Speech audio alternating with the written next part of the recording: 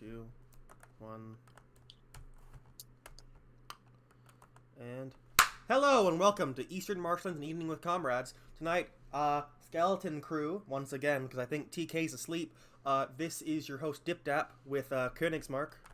Hello. And Theo. Karl Kautsky is the Antichrist. So, tonight, well, for me tonight, I think it's morning for both of you, we will be talking about, Israel, Palestine, and the abortion plan, basically, is what's going on. The French protest and, possibly insurrection and just worldwide action in general.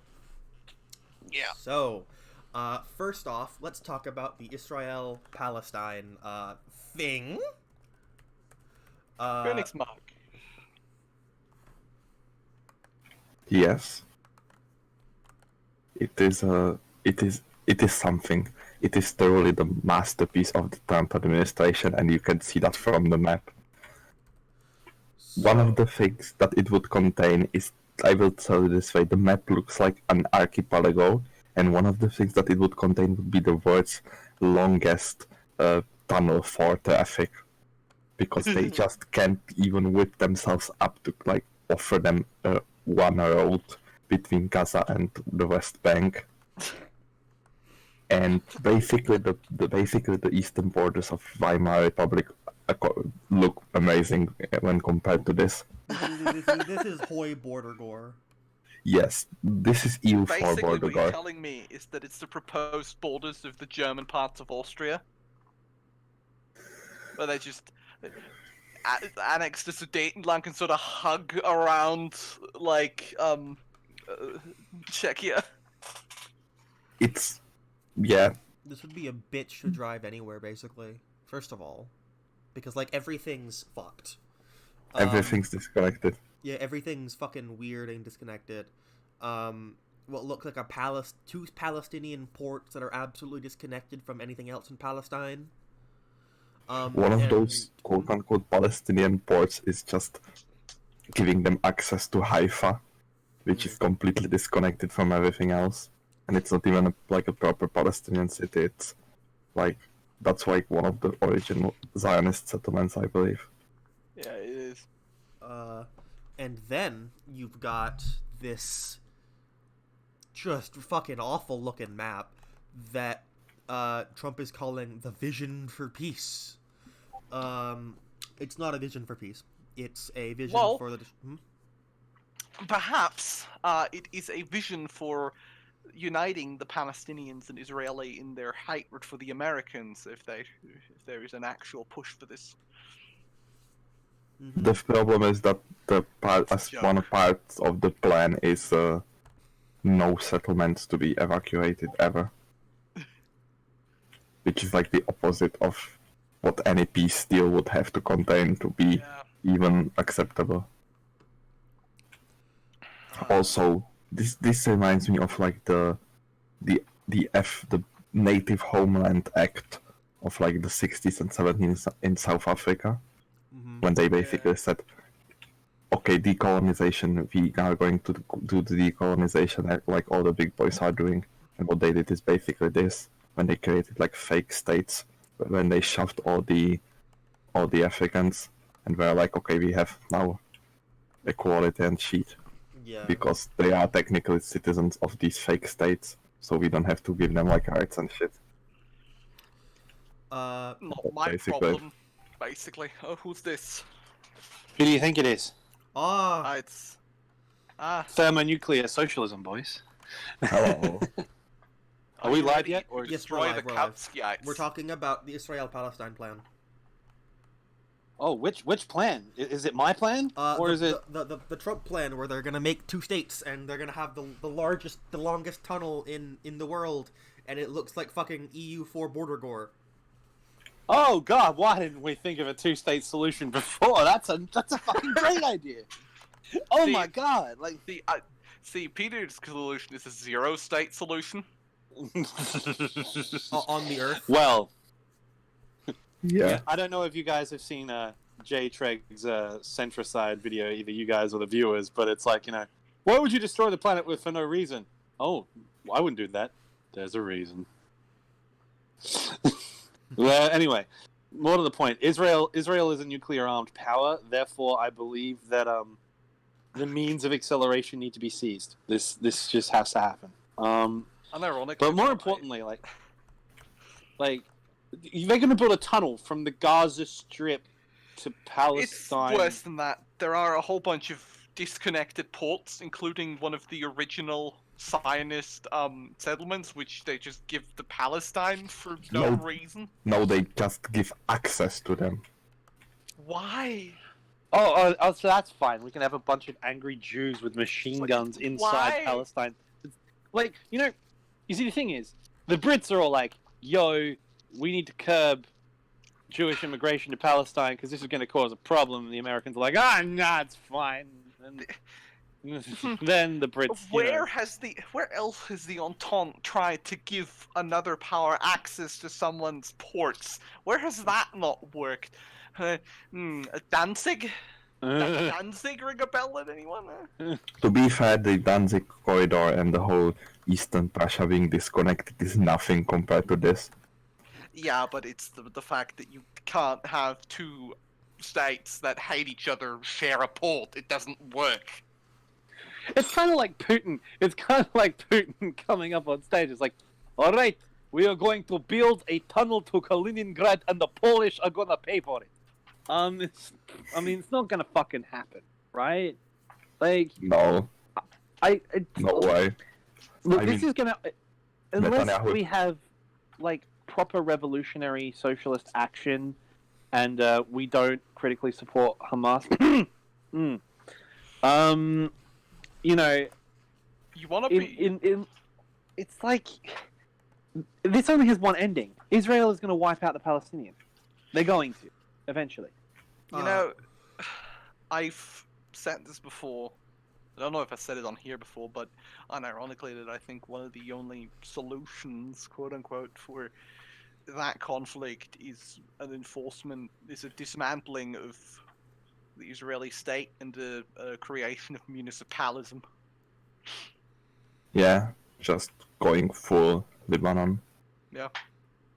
I think it's kind of like a bully psychology. You know how they got bully psychology, where it's like, the Israeli government and Israel as a state is formed after being a victim of genocide, and so they're genociding a native population just to make themselves feel better. Well, the thing is, a lot of Zionists, like Zionists that actually created these states, weren't the people that survived the Holocaust. Yeah. They were people that either already lived there or they were basically Anglos. Anglos and Americans and Italians. Like A lot of Italian influence in Israel. fucking Italy. Like, the Italian Navy, the Israeli Navy was dominated by people who were raised by the schools created by Mussolini for, like, Jewish cadets. And Yep. there's been a lot of complaining about that in like memoirs of people who were like English or American veterans of World War II, then joined Israel, joined the Navy, and were discriminated because all the like Italian people in the Navy thought that they fought on the wrong side in World War II. It's what genuinely makes me laugh is the fact that you see the Jewish Committee of America or whatever, and all these different Jewish committees, fucking Bernie Sanders openly protests Israeli actions in Palestine, and they're all like, Bernie is anti-Semitic. Like, this is a man who is a Jew and then has grown up around Holocaust survivors in the suburbs of New York. Like, whose family members were killed in the Holocaust. Like, all that needs to be said is the fact that the president of Israel is a Holocaust revisionist. That's really all I really need to say, isn't it? yeah. This is what gets me. This is just what gets me. What? Like when you twist the genocide of your own people to fit your political aims for the genocide. That's the thing. Israel is a fabricated nation. Israel isn't about Jews. It's about Israelis, which are how do I put this? They're a myth in the same way that who left? Uh, I Königsmark, I think, had to Uh, leave. Problem with Cat. My return. Okay, so, yeah, go ahead. Like it's a fabrication in the same way that Western civilization as a broad concept is fake, or that American culture as a whole concept is fake because it's a nationalist myth. You know, it's not. You know. Okay, small tangent. Whenever I say that American culture is a myth, I get people telling me, but New York has culture. Like, when I say that, I don't mean that there are no cultures in America. I am saying that There's no American culture. Unifying culture, because it's a union of colonial states. It's a colonial state. Yeah, it's you know, there are cultures. There is a New Orleans culture. There's a New Yorker culture. There's a, you know, all these local there's no areas. hegemonic identity, I think, Yeah. is what you're saying. Because in Australia does have an Australian culture. There is a hegemonic Australian culture. Yeah, but that's because, you know, all of those states were roughly created around the same time, you know, and they're not just these. Yeah. They're not hodgepodge together. Well, they are, but from more disparate states. The fucking Yankland, let's call them, are just an extension of. They're just an appendix, the appendix of the British Empire Mm-hmm.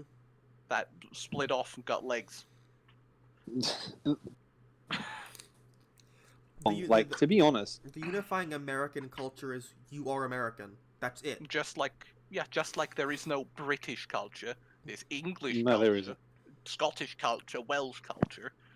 But there's nothing that unifies those The British groups. Yeah, that unifies all of those groups under the same banner, simply because, well, you tell me what the English that's the might have thing. done. The thing about American culture, I think, at least theoretically, is with my own best friend from the United States, Scotty, and other people, is Texas has its very own unique nationalistic brand of culture based on its experiences under the Spanish, under the Americans, under the Mexicans. It's like very different. Then you've got the Californians, which, let's be honest, I don't know what that is, but calling it culture is being generous. And then you've got like California, different things. Like like there's no like centralized thing. Like it's not a hegemonic idea. The fun thing about California, the current quote-unquote culture of California that we see today, is something that was constructed from the late 70s all the way to today, essentially by like Reagan. basically The state. federal groups that tried to mitigate the influence of groups like the Black Panthers, which is also the reason why California has the gun laws that it does. It was to disarm radical black groups and native groups. But blue no matter who, right, guys? Oh, like seriously. There's this one is the party thing. in America. That's There's all I'm one gonna party say. in America with two factions. Yeah, which is the oligarchs, the oligarch party. Realistically It's speaking, the oligarchs and the militarists, just like in fucking Imperial Germany. Mm-hmm. this is always fun. We see how this one goes. It's Wait, gonna we have split the off into Vienna. It's like we have the Vienna camp and the Shaget camp. Yeah. That's great. And you know what's going to be fun? It's going to come down to the same thing. It's going to be KPD versus Nazis round 2 Electric Boogaloo. Let's just hope the KPD win this time and not kill each other. Well, But if we you're don't looking have- at the Democratic we don't have campaign, a Soviet Union to try and exert. Well, I say Soviet Union, I mean Stalin, Uh-huh.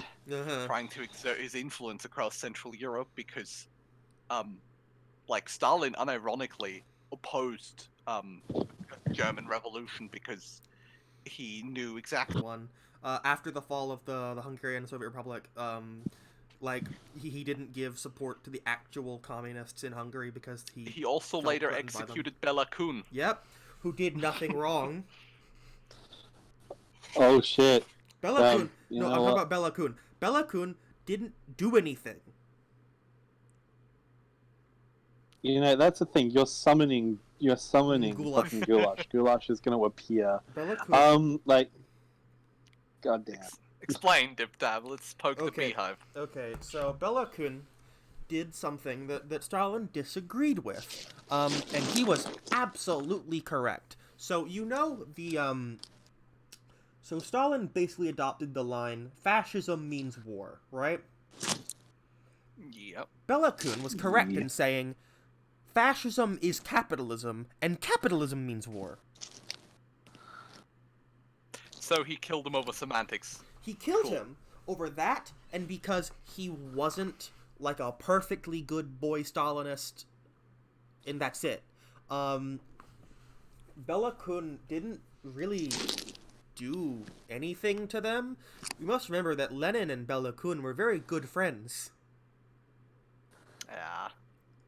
Well, Stalin has always had a problem with people that were Lenin's friends friend? with Lenin because he was basically because he falsifier? was jealous. A falsifier, and he didn't actually he took Lenin's writing and read them as a third grader with dyslexia and reinterpreted them.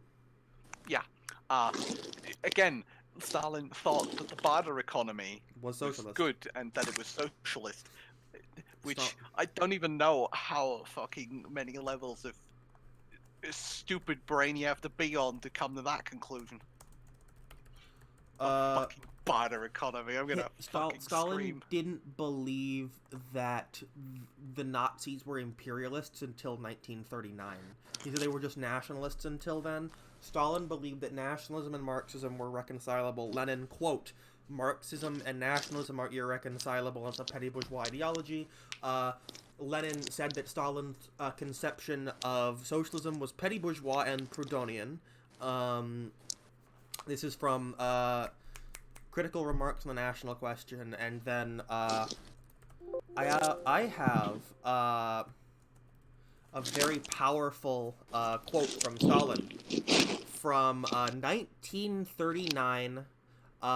Quote, "Will our state remain in the period of communism also? Yes, it will, unless the capitalist encirclement is liquidated, and unless the danger of foreign military attack has disappeared.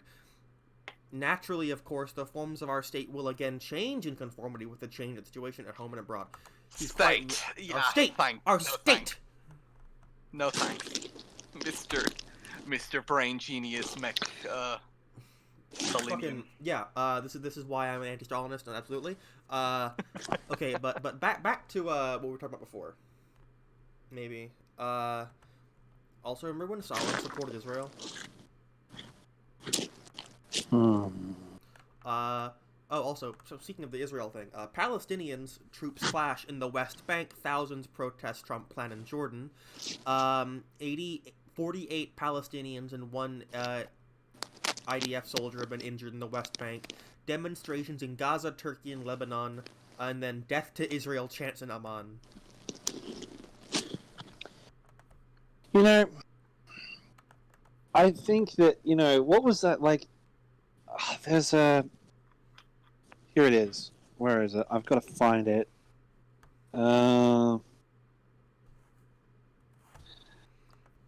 Israel has this really cool thing. Mm-hmm. The Samson option. There it is. Okay. Have you guys heard of the Samson option? No.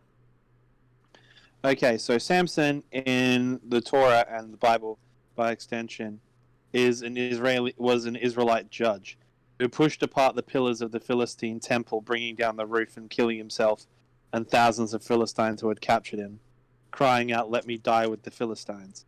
Okay, so basically broke the Philistines down. Anyway, he basically collapsed their major government building in on itself, killing them and him, right? Mm-hmm.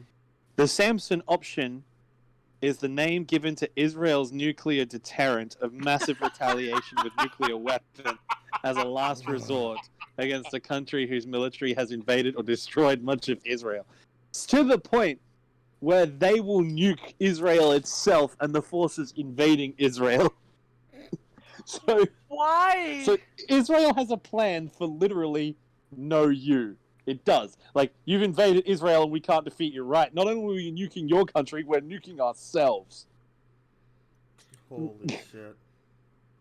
The Samson option. It's so fucking beautiful.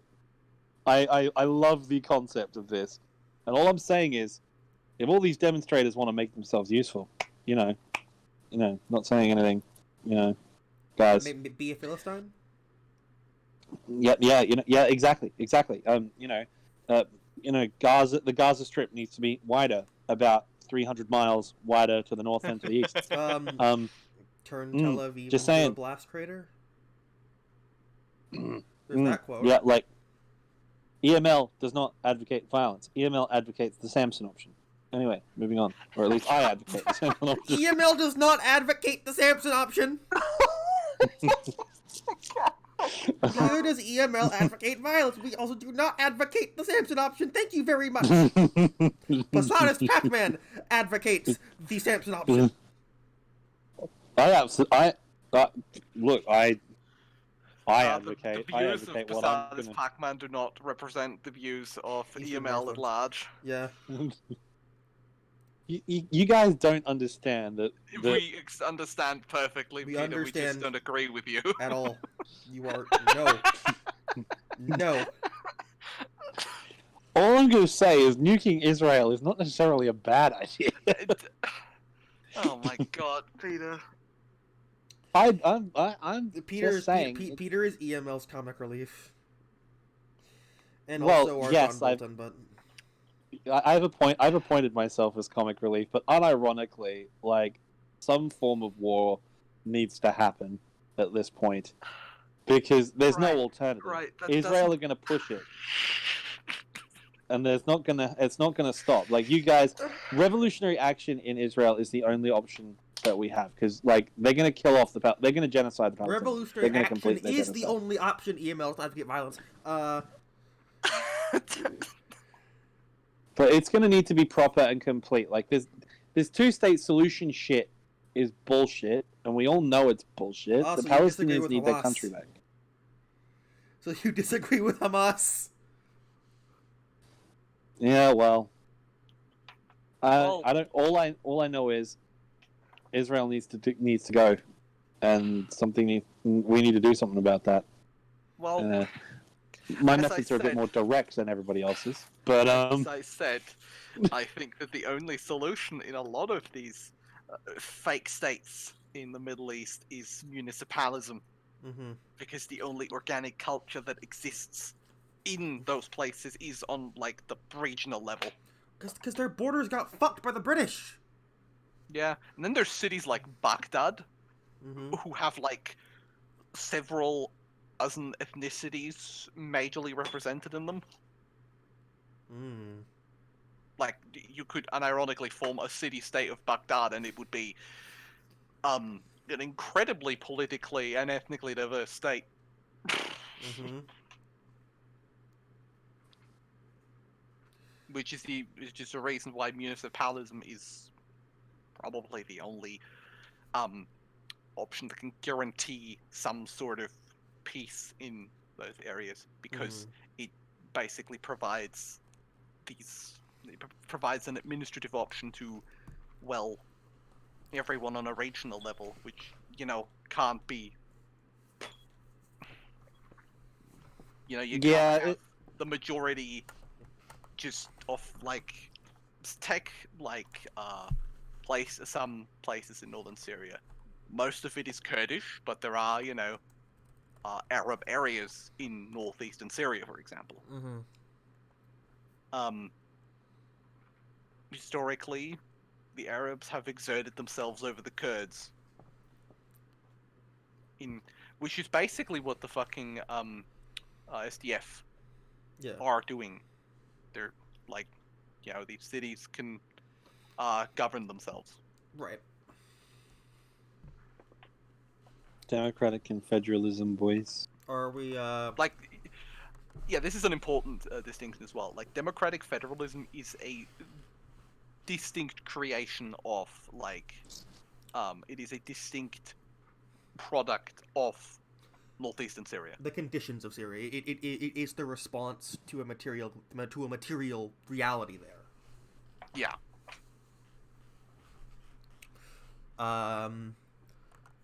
So are there any closing statements, I guess, on the Israel-Palestine quote peace plan by Mr. Donald Trump? Mr. Trump. What the fuck? Netanyahu moment.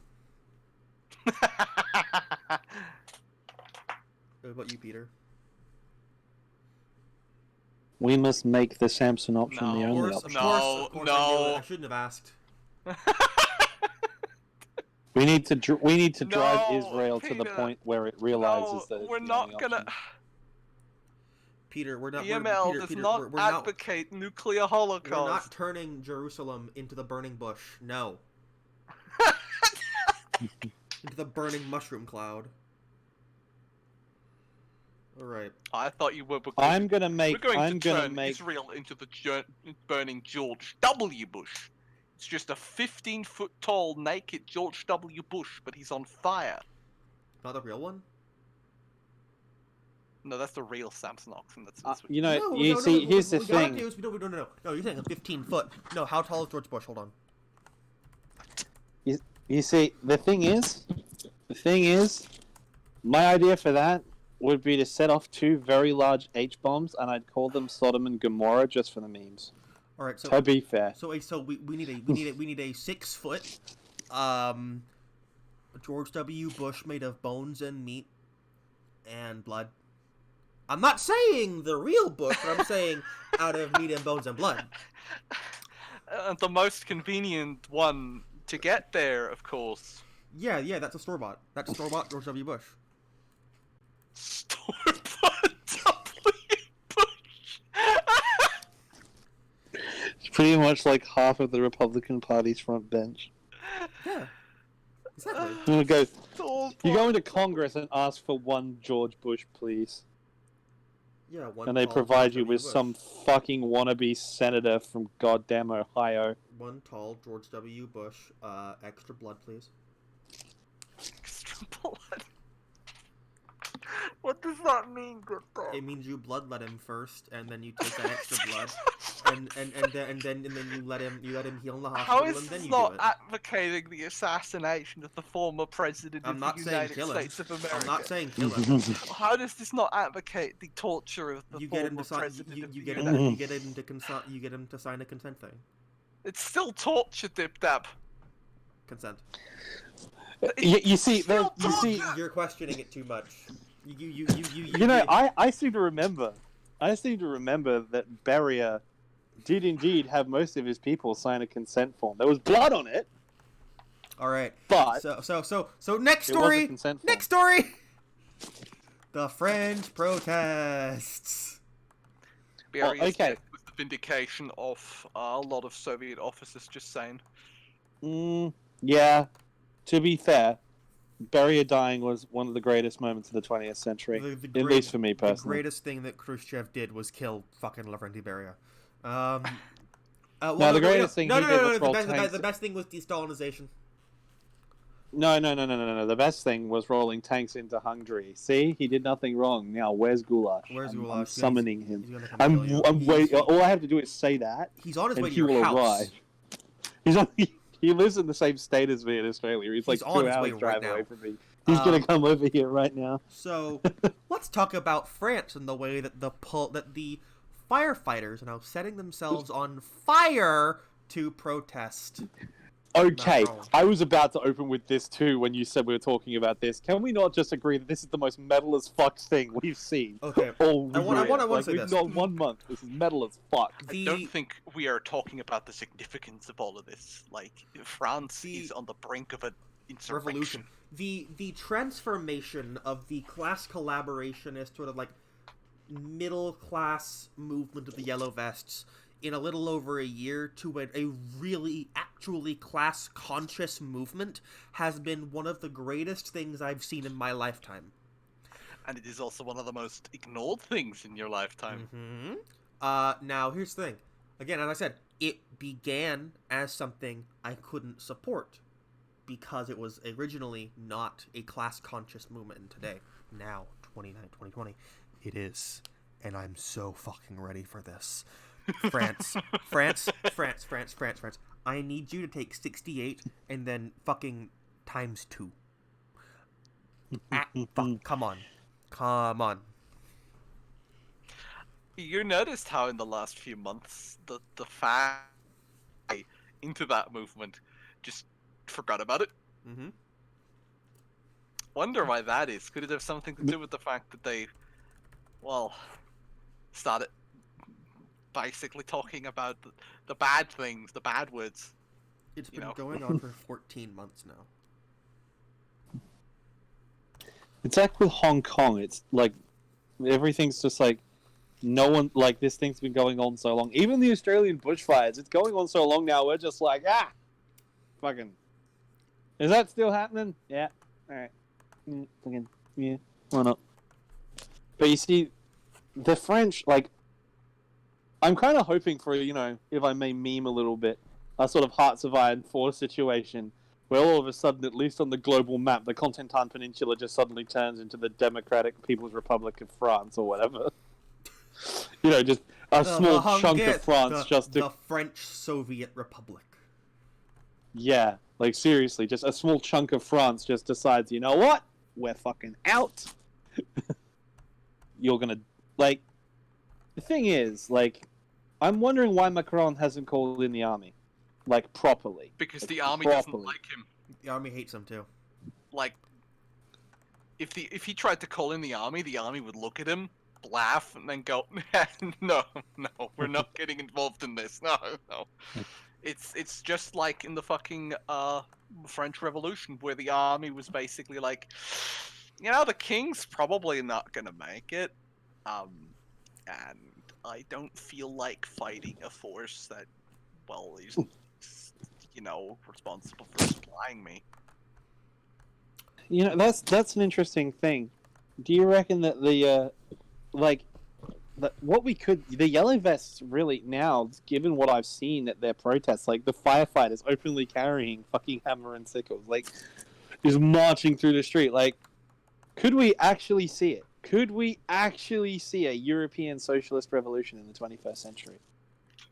I need it. I want to believe. Oh, like, I'm doubtful, but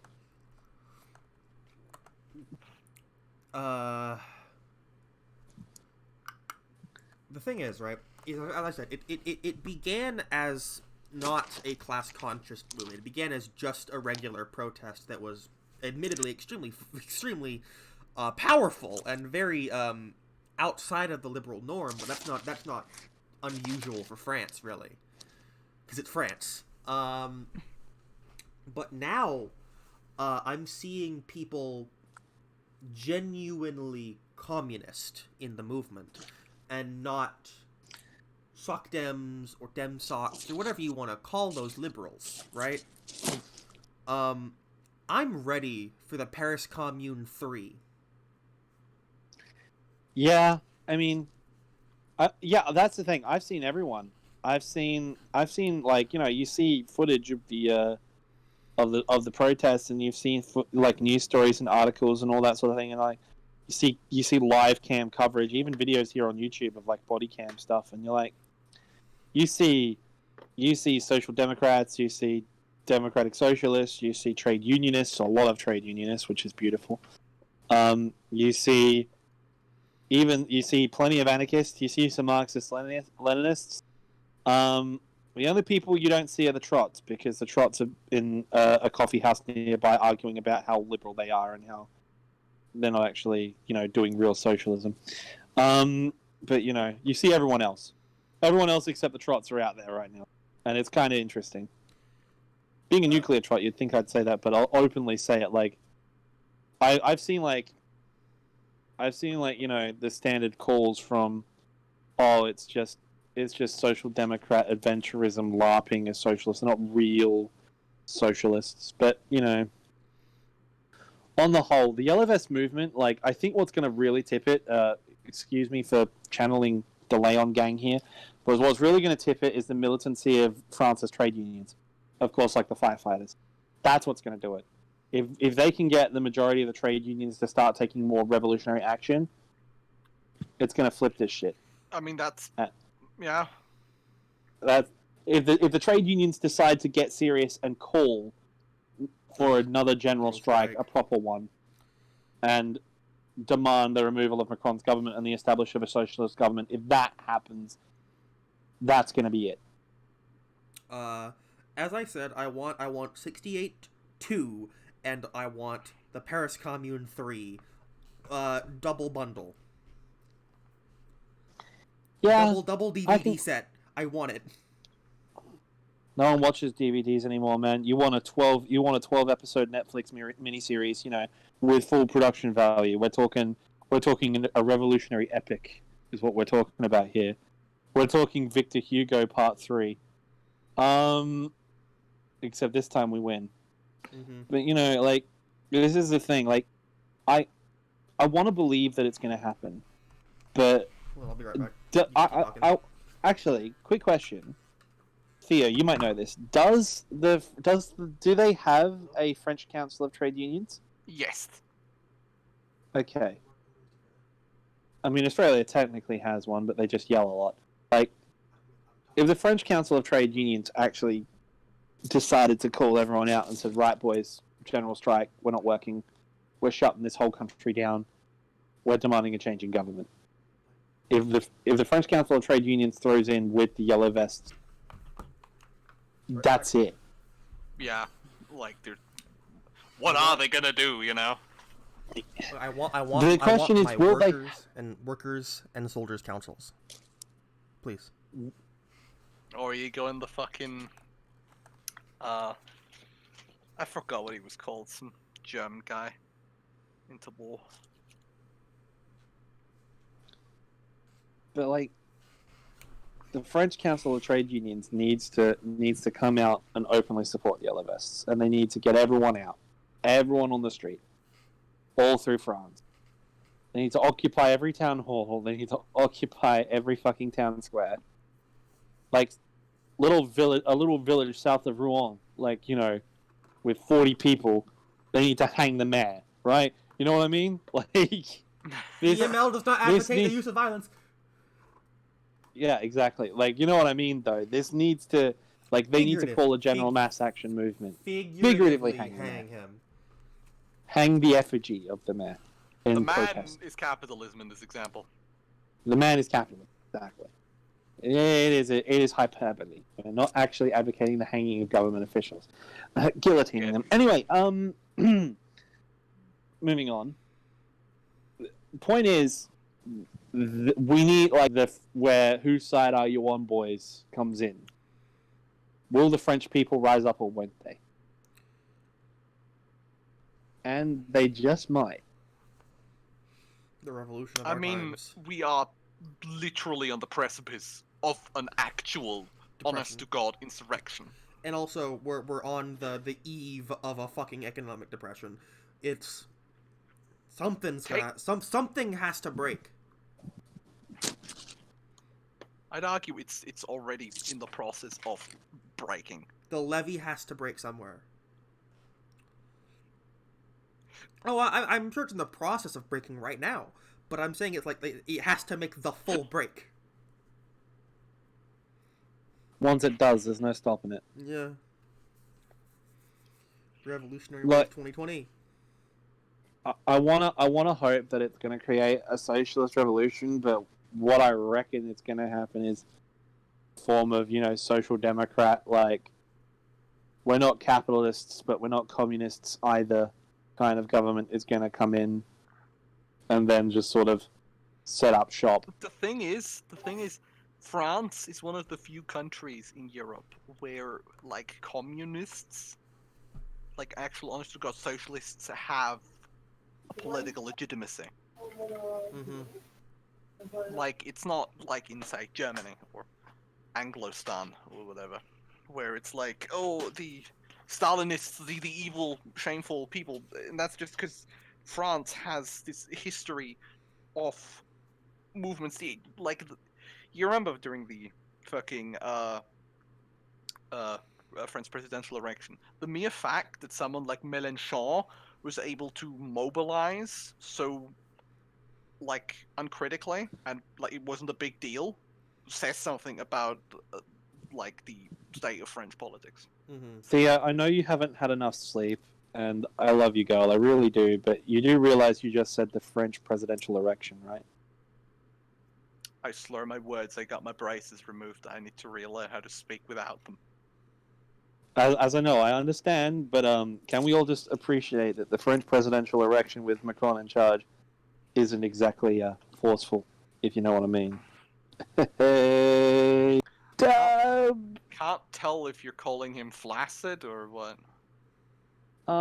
Well, you know, I'm not saying he needs to get some medical attention for that particular situation. I'm just I saying. don't think a doctor can help him at this point. To be fair, he is a Hegelian, so that his erection is like his last problem. Yeah. Oh, hey, Conix Mark is back. Yeah, I am back. Sorry. The man from the Czech Republic is back. How are things? How are things, Conix Mark? What's going on, man? The situation is never critical but always hopeless. Never critical but always hopeless. I'm gonna have that put on a fucking t-shirt.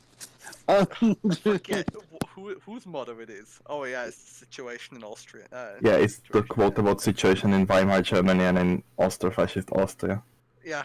From a social democrat, I believe. Yeah. What was it for? What was it for each? Situation in Germany is always critical but never hopeless. The situation in Austria is never critical but always hopeless. Which is absolutely true. We are lazy little shits, and you could basically set the fucking parliament on fire, and we'd look at it and go, I just got out of bed. I don't know. You lot are just having a wank sitting on top of your mountain. If we're not too lazy to wank, that happens sometimes. You know, to be fair, mood, okay? Genuinely. But speaking more about, 21st century revolutionary France, because, we hope. Like, yeah, as I said, the very fact that someone like Mélenchon was able to organize and have a campaign just normal without it being really that big of a deal. Yeah, no. It says something about the state of French politics compared almost to other almost no one outside of France even like heard anything special about Mélenchon except that he was third. And then you look at his rallies and it's like, okay, the French flag with like a red star, the Corsican flag, the Spanish Republican flag. Yeah, red flags. That's a hammer and the socialist parties, like the actual ones in France, are just another party. It's I don't know what it is, whether the Red Scare never took off as much in France or because the French had like a brown scare. Mm-hmm. Yeah, that's true. Somewhat because of the absolutely chaotic situation after World War II and like the coup attempts against de Gaulle and such. Like France had almost had a military coup because of the war in Algeria. Mm-hmm. When the military was straight up, okay, we need to murder de Gaulle to not lose in Algeria because that will be cringe. Like, look at this. I'm reading the news here. Like, the French Electricity Workers Union fucking cut power. We were talking about this last week. That's It's fucking glorious. Like, they just were like, okay, bye. As I said last week, this is how the Russians not just won. You'll like this, Peter. It's not just a power plant they shut down. It's a nuclear power plant. The workers took over a nuclear power plant. Oh, now you're speaking my language. Yeah, no, but it's Steve that was saying. It's like how the Bolsheviks shut down the postal service and the fucking government just kind of collapse. Yeah, great. Because Or- no more messages. I love how transport staff returned to work briefly, but their strike was 6 weeks long. Like, And the Yellow Vests were going for Jesus. 14 months. Yep. And no This is one's what I'm talking saying. The about it. GCT trade union has been absolutely fucking shit up, right? Yeah, they see And that's what there seems to be like a rejuvenation of their like staff after like the 90s, and it's appeared like all the people that were cringe in 68 seem to have like left, and the union seems to have like took the lesson of 68 to their heart. Redemption arc. Yeah, Oh, it's redemption kind of arc. redemption arc. It's time. I mean, Because in 68, the CGT was the CGT and the Communist Party were like the two most cringe factions, because they were openly against everything that was happening that was actually good. Guys, we're gonna win the election. It's fine. Just stop striking. Guys, it's fine. Nah, man. You don't need Until to. you You don't win need the- to overthrow the government. You can just vote for us.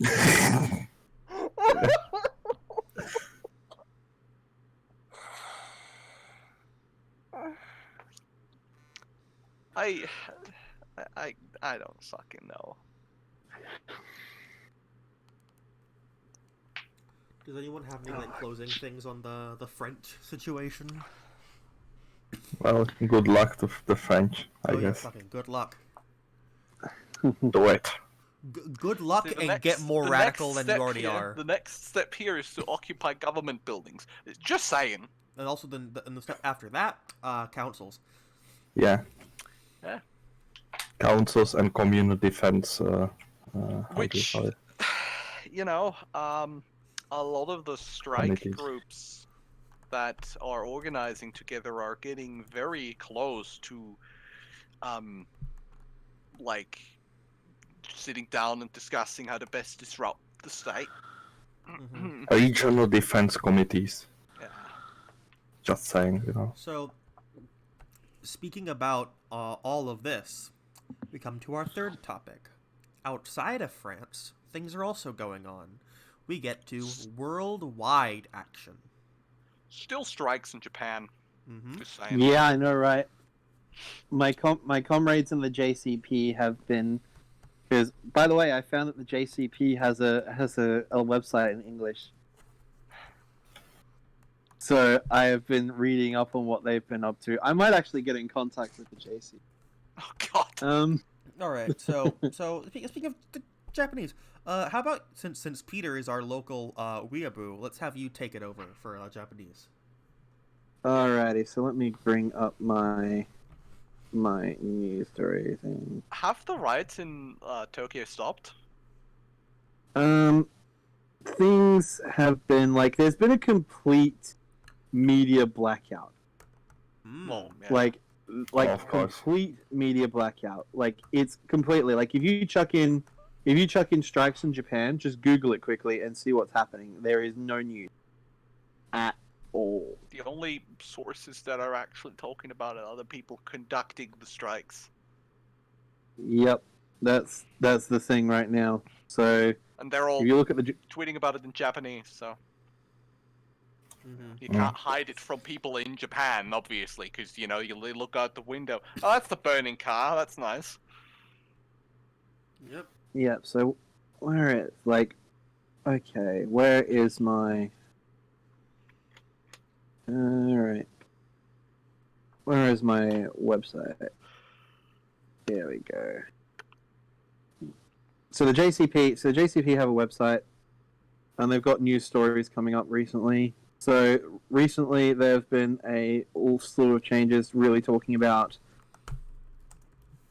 the last major statement the JCP made was regarding blowing up that guy. What's his name? Soleimani? That's the dude. Yeah. But Japanese strikes have been going on quite recently, mainly labor concerns. But another big one has been kicking off between Japanese nationalists and Japanese counter-protesters. That's the big ones that have been kicking off recently. Like, civil disobedience in Japan has a weird sort of... It's a weird thing. It's a weird cultural and psychological thing. Like, I always talk about it when I mention strikes in Japan. But the funniest one is how the Japanese auto industry stopped its workers from going on strike. Do you guys know how that happened? They created their own unions. Yeah. The Toyota and Mitsubishi company run. So the CEOs and shit run the unions. Mm-hmm. And the workers all joined and went back to work. So... That's the mentality. So I guess, and I so, guess like, the thing with go ahead, sorry. The thing is, if you we can't really talk about much about what's going on. The biggest things that have been happening in Japan regarding protests right now have mainly been, there have been some solidarity protests with Hong Kong, obviously. But mainly the biggest wave of that sort of thing has been anti-Trump protests, mainly. And not only that, the biggest ones were what happened last year was the women's rights movement and the LGBT movement. The LGBT movement has been gaining steam quite a lot in Japan recently. Because everyone that's not like a fucking person who was alive during the fucking imperial era is okay with them. Yep. But the Or laws who haven't isn't, changed to reflect that. Yeah. Or who isn't like in the government actually, and Who in like isn't like involved with the Abe fucking party. Yeah. Because here's a good one, okay? So the Japanese the Japanese protests in solidarity with Hong Kong. Basically, when the violent crackdowns started occurring against Hong Kong, the Japanese government wasn't saying a word. Yeah. The Japanese people, meanwhile, were completely furious because the Japanese people have no love for the Chinese, which is kind of reactionary. Like, overall, public action in Japan has been on the rise in recent times, generally speaking. Social change, especially. Peter, I thought that LGBT people didn't exist in Japan. Didn't you know? They're not real in outside of the West. Didn't you know? No. It's bourgeois. It's bourgeois decadence, guys. You see, we're talking about a country which had to have a massive fucking social backlash after women were told they weren't allowed to wear glasses because it made them look cold and intimidating to their male customers. Bruh. Okay, this is why I'm writing a massive fucking video on how anime specifically, but also Japanese media in general, so film and music, is going to save Japan. Because the youth of Japan are starting a cultural revolution, and it's happening. This has been a thing in Japan since the 80s. All the left-leaning people have just created media. And Miyazaki, for most of his life, Miyazaki in his youth, if I remember correctly, was at least associated with the Communist Youth League. Yeah, and the United Red Army in Japan, by extension. And this is the thing. You see, in the anime Food Wars, when the students are resisting a corporate takeover, the corporate henchman of the fascist overlord of the school sends him in to clear out the dormitory. They've got the white helmets and the 2x4s on and everything. It's not subtle anymore. Not just in anime, but in film and music in general. If you go outside, even for 10 minutes outside the corporate-dominated music scene and all that sort of thing, if you go into even the slightly independent areas, it's just an endless wave of progressive and left-wing content.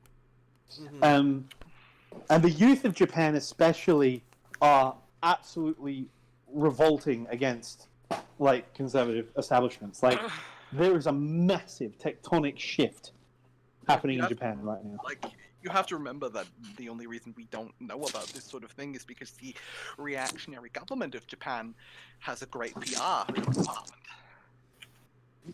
Well, Yeah. Shinzo Abe has been forced to make concessions to the progressive movement in lots of times, Yeah. especially Also- regarding foreign immigration. It's mostly because we need to be Japanese, to be fair. Yeah, because is- the most non-Japanese output comes either from journalists or that live in Japan, or from fucking the government itself. And a lot of journalists that live in Japan aren't exactly progressive. I mean, everyone, like, there are a lot of people, like, who... You've got the same, like... What I think is the biggest problem is the same problem that the Westerners have. And you see it with the fucking incels glorifying their culture, but their cultural tendencies in the reactionary direction. As you said, LGBT people don't exist in Oh, Japan. but didn't you know trans people aren't real in Japan? It's a Western creation. Please don't look at historical figures from like way back when. Please don't actually look at Japanese history. What are you doing? Don't do What do that. you mean? What do you mean? What do you Like, mean? There's a historic third gender in part of Japan? No. Not just I mean- that, but there were like a subsection of Japanese noblemen, like in and around the Sengokuchi Diet period, that renounced the warrior code and went to live as women. Mm-hmm. Yeah, that was an interesting one. Now, Like, how about we look a little bit to the west of Japan? oh boy.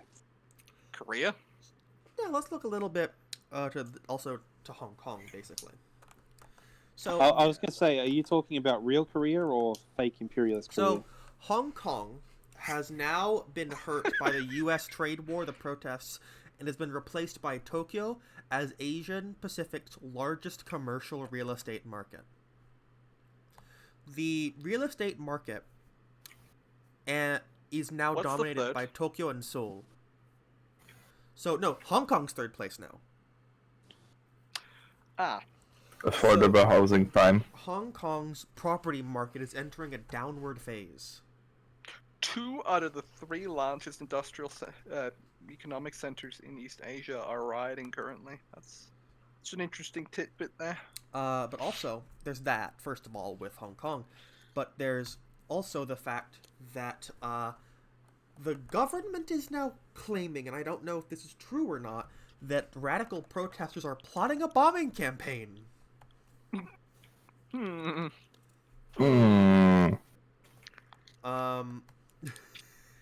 I don't know, Mr. Xi Jinping. Should I trust your It's been unbiased? 10 months of protests.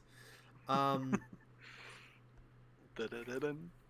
Da-da-da-da. Okay, so next we've got that the protesters are now refocusing on the city's handling of the coronavirus crisis. Pro-establishment groups are now joining the anti-government activists to criticize the management of the health emergency. The pro-Hong Kong government people are helping the anti-government people because of the fucking handling of this bullshit. It's almost like, wait, guys, wait. What happened in World War I that, like, may have possibly led to some fucking problems? Was it a little thing from Spain? What? A little flu? Lev virus. Le virus! Well, you see, Dip Dap. It's all Western propaganda. You see. Hong Kong has now reached 12 confirmed cases of coronavirus. Step 1, cut a hole in the box. Sorry. But essentially, we- it's just continuing. It's just going on. It's just going on. Cannot be stopped. Also, This is- session time. Like, I'm just saying. I'm just saying, my favorite thing was, and I'm going to use giant air quotes here, because I am quoting directly. So anyone who takes this out of context, I will backhand you. There was an article I read about how the coronavirus situation is furthering anti-Chinese sentiment in America. Mm-hmm. And there was a post made by a gentleman who interviewed someone in the street who said, and I quote directly here with big air quotes, "We should just nuke the chinks and get it over with." Oh, I saw that! And I was like, okay. Did you also see the one that was like, "Alright, just shoot down the plane, guys! Just shoot down the plane!" And I'm just like... Because there was a confirmed case on an airplane, right? Mm-hmm. And they like interviewed people, and there was this fucking boomer woman that was like, we could just shoot down the plane. Just like... Iran style. I mean... And when the reporter was like, well, but we can't just shoot down civilians. Yeah, why not? Okay, so the way I see it, we've got two options. One, the virus expands to incredibly pandemic proportions and wipes out a large chunk of the Chinese population, number one. Or number two, we nuke the revisionists and kapow. So as far as we win, or we win more. Okay, but the next thing, right, with this is that's what's going on in Hong Kong. But now, out of Hong Kong, let's move north to China, the mainland. Just one point about wiping out large amount of Chinese population. Do you want to know funny thing? What caused the crisis of feudalism that eventually led to rise of capitalism? The plague that wiped out large amounts of population of Europe, therefore leading to basically reverting of the relation between population and land that was necessary to maintain feudalism. Just saying. So let's just in other words, ladies and gentlemen, fuck the revisionists and kill your landlord. But EML does not advocate violence. Okay, so just this month, there have been 53 strikes in mainland China. 53 strikes and protests in general. The most recent, I believe, being on the 28th of taxi drivers protest against High Commission in Taiyuan, Shanxi. On the 22nd, workers protest against wage arrears of a workers protest against wage arrears of a construction project in Dongkou, Hunan. Workers protest against wage arrears of a construction project in Xuchang, Henan. This is all in the last month, the last 31 days. If I go for the last year alone, last year, mind you, this would be up at 1,438 strikes. Man, the CIA's budget must be huge this year. So many CIA agents. I will link the map protesting I'm using against in the chat. It's It's a very, very good map. It's the China Labor Bulletin. Look at all these CIA plants. There's so many, guys. There's so many. There's too many of them. You can search for date ranges. You can search for the locations and the industries they're in. But in the last year, there's been 1,438 either strikes or protests in China, mainland China. Are they mostly offensive or mostly defensive strikes? I think mostly talking about wages. Yeah, but is it defense against wages going down, or do they want more wages? I think it's mostly about wages just not being high enough. Ah, so it's offensive. Nice. Yeah, good. And it's a lot about how the people just aren't paying them. Ah. So it's wage arrears, meaning that money is owed and should have been paid already. Like Pac-Man with Centerlink! The fire rises. The fire rises! The fire rises! I mean, this is the thing. As I was saying, guys, look at all these CIA plants, protesting so against many, a good Marxist government. I'm sorry, but So, like, imagine the workers rising up against their own government. Like, No, right? it's sorry. You would think that the government is sold out to corporations or something. Yeah, no, right? Fucking Genghis. Yo, Speaking of sold out should- government, you should read Posadis's writings on Dengists, by the way. It's fucking great. Give it a read. You'll love it. It's I like might. the best anti-Denghis hit piece I've ever read in my life. It's fucking great. Go Königsmark. Off you go, man. Just you funny think? note about completely corrupt government. In Russia, after the resignation of the government, a commission suggested that Putin might use the title Supreme Leader of Russia instead of the title President. Excuse me. Or Wow. In Russia, after the government crisis, a constitutional committee suggests that Putin might drop the title President and use the title Supreme Leader of Russia. Ooh. Just funny thing. So, Alright, where's my... does anyone have some interesting knowledge on strikes and action that's going on in Europe outside of France? I don't think so. Not that I can think of. How about Mm. Mark? Anything you know about? The not much, but the student occupation, like the funny thing here, last year in like before the winter, there was like a student occupation strike of the faculty of like the university in Prague demanding climate action, and that has been since then like cleared after like agreement with the university, and now the university is moving into addressing the grievances. Committee has been set up to do that, so something of a victory, or rather more. It's not a complete victory, but it's a better than stalemate. Yeah. I would say better than nothing. So that's all I can say about that.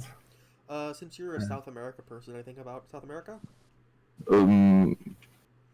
Just Brazil is a fucking hellhole. They threatened to arrest Glenn Greenwald because of his anti-Bolsonaro journalism. They arrested him and then released him, and they want to sue him because of internet crimes or some shit. Just complete bullshit. Like they believe he's like the epic hacker man, and he is not. He's a boomer. He's like a boomer journalist. To be fair to him, but he's a good guy, I believe. And in Bolivia, the elections that have been called by the fake government, basically the coup government, have been postponed because the Movement for Socialism party has been steadily gaining like popularity ever since the coup, and it seems to be that before the coup they got like 65% election results regularly. Now they seem to be rising in the polls, so the military government, the government have like cancelled the election and moved them into when they think that they will gain more, they will have chance of actually winning, which might not happen, so not much in there. Also, the Mexicans have been, the Mexican government has been moving heavily against immigrants on its southern border, and it seems to not get any coverage, or very little coverage by like American or English-speaking media. But there has been like criticism of it inside of Mexico, and some decision seems to be reverted, but the policy like still stands. So it's hard to tell how it will be happening. And also in Venezuela, there has been like first of all, something of resembling like a militia or guerrilla army has been announced, but it has obviously been accused of being like a CIA plant, but nothing came of it. Like I haven't seen, they raided like a military barracks, took some guns, and that's it. Not much heard since then, but has been like a month ago, and ever since then also in Bolivia, like a region, like a localist sort of tolerated economy and defense infrastructure has been setting up like a local farming, like a neighborhood farming and farming market and food distribution have been set up, and like a local defense things, like a local militias of sorts, and it seems to be tolerated by the government. So I don't know if it's like a if it's like a Chavista thing, or if it's like, I guess it's like a, because of the ongoing economic crisis, it's just a self-defense mechanism. But there is possibility in that, I believe, to something somewhat change the stalemate in Venezuela.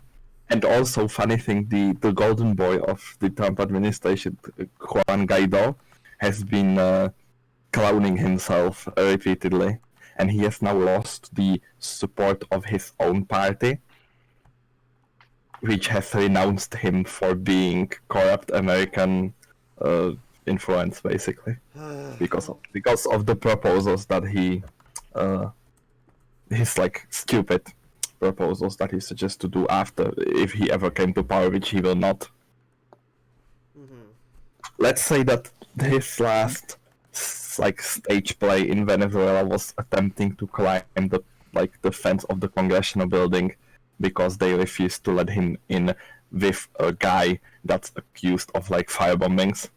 Mm-hmm.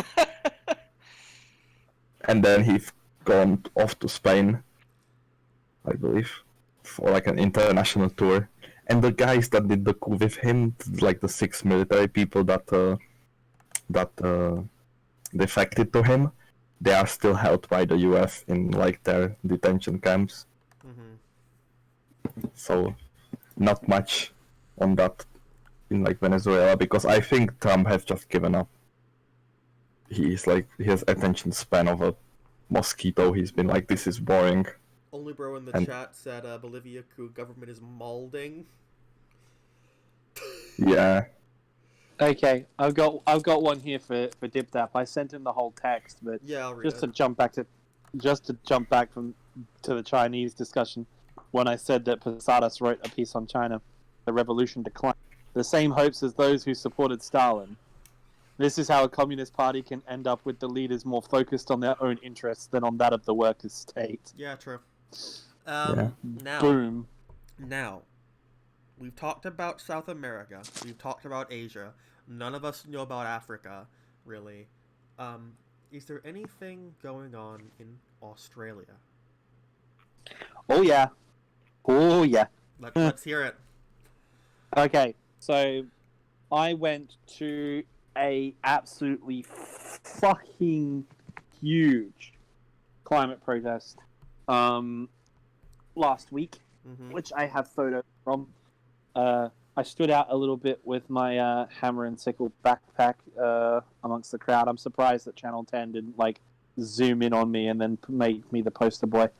But yeah, there was quite a lot of climate protesting going on pretty much all over Australia very recently as a result of the bushfires. But what's genuinely concerning is that the backlash against Scott Morrison, Prime Minister, has gone basically the rural areas, which are normally country Liberal voters, are starting to flip towards the Labour Party.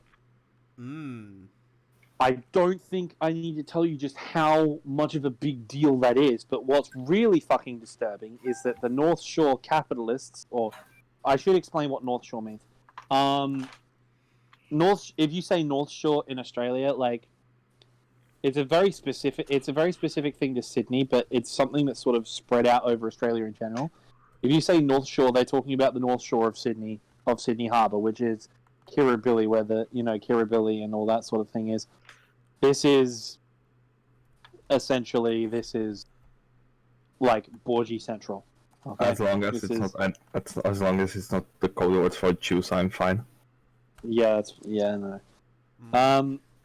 It's Well, it might become that way if the fascists have their way. If True Blue Crew suddenly gets some actual support, which God, I hope not.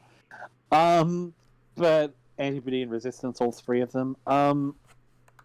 But there is a really sad amount of people is that almost half the country still supports the liberal government, and that is the swing away from the liberal government has been by the country and liberal people whose houses have literally burnt down,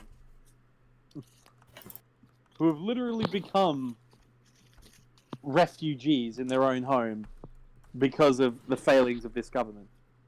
Everyone else still supports him. All of his workers' base, all of his original base, still supports him. And as such, the clashes between police and climate protesters.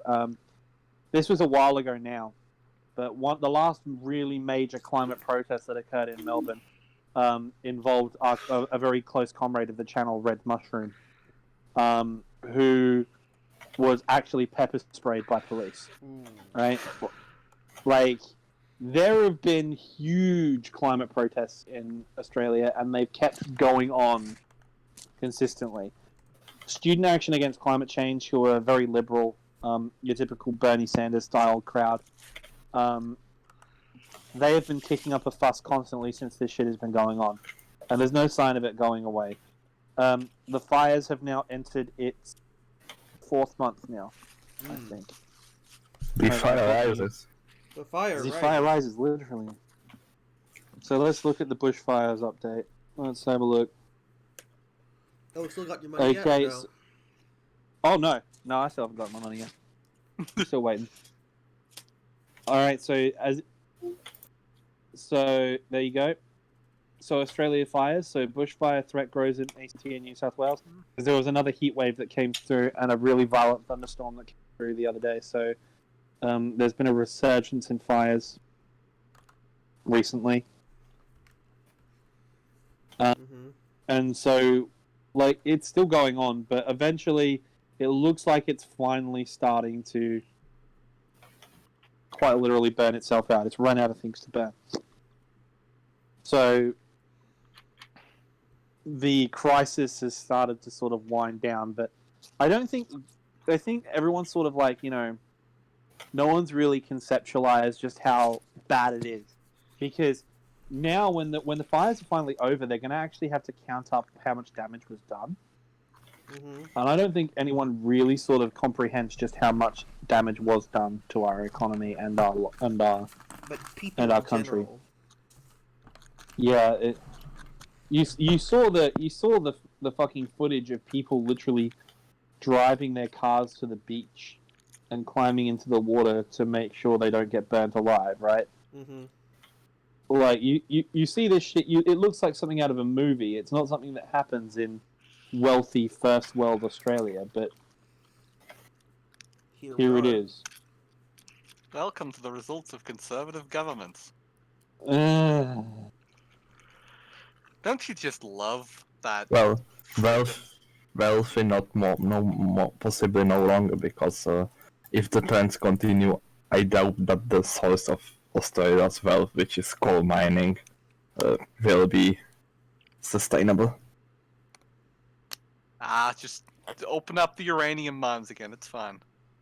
That's the thing. Like, there is still a large. There is fucking New Zealand are suffering a new wave of like they have had a deluge of rain in New Zealand.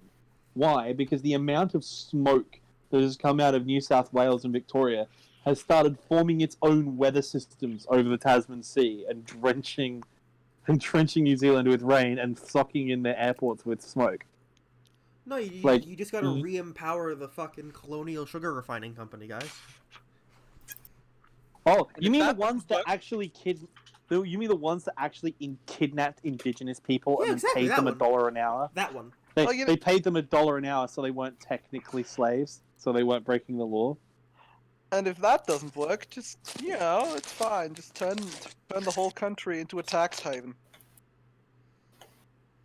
Isn't it great, guys? Isn't aren't conservatives fucking great?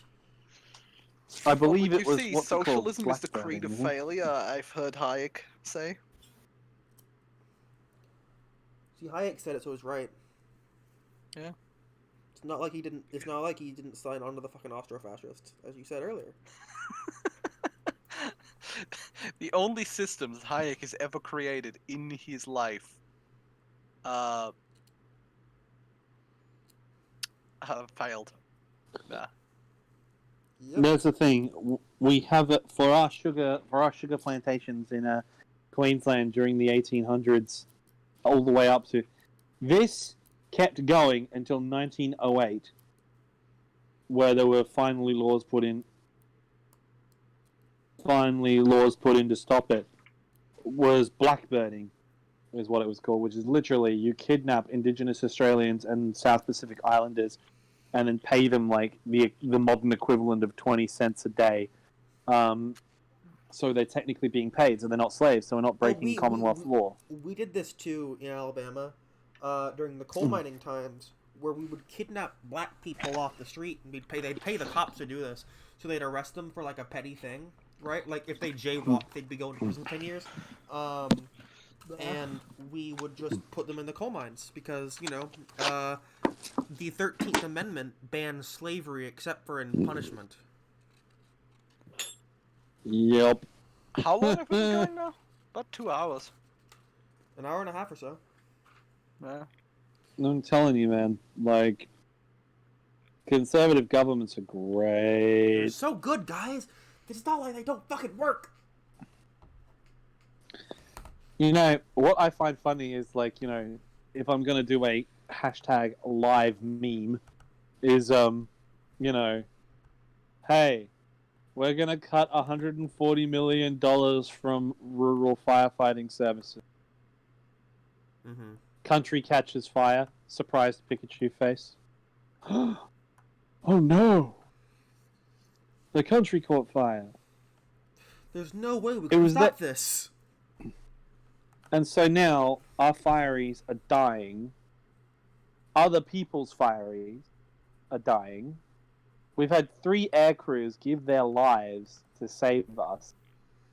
And all our government can do is say, whoops, my bad. We've still got 3 more years of this government. And there's nothing we can do about it.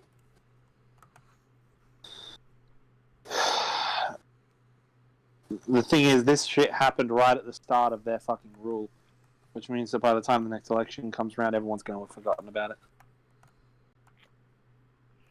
Well, that's always the tactic. You do all of your unpopular shit right at the start. That's kind of the deluge of conservative government.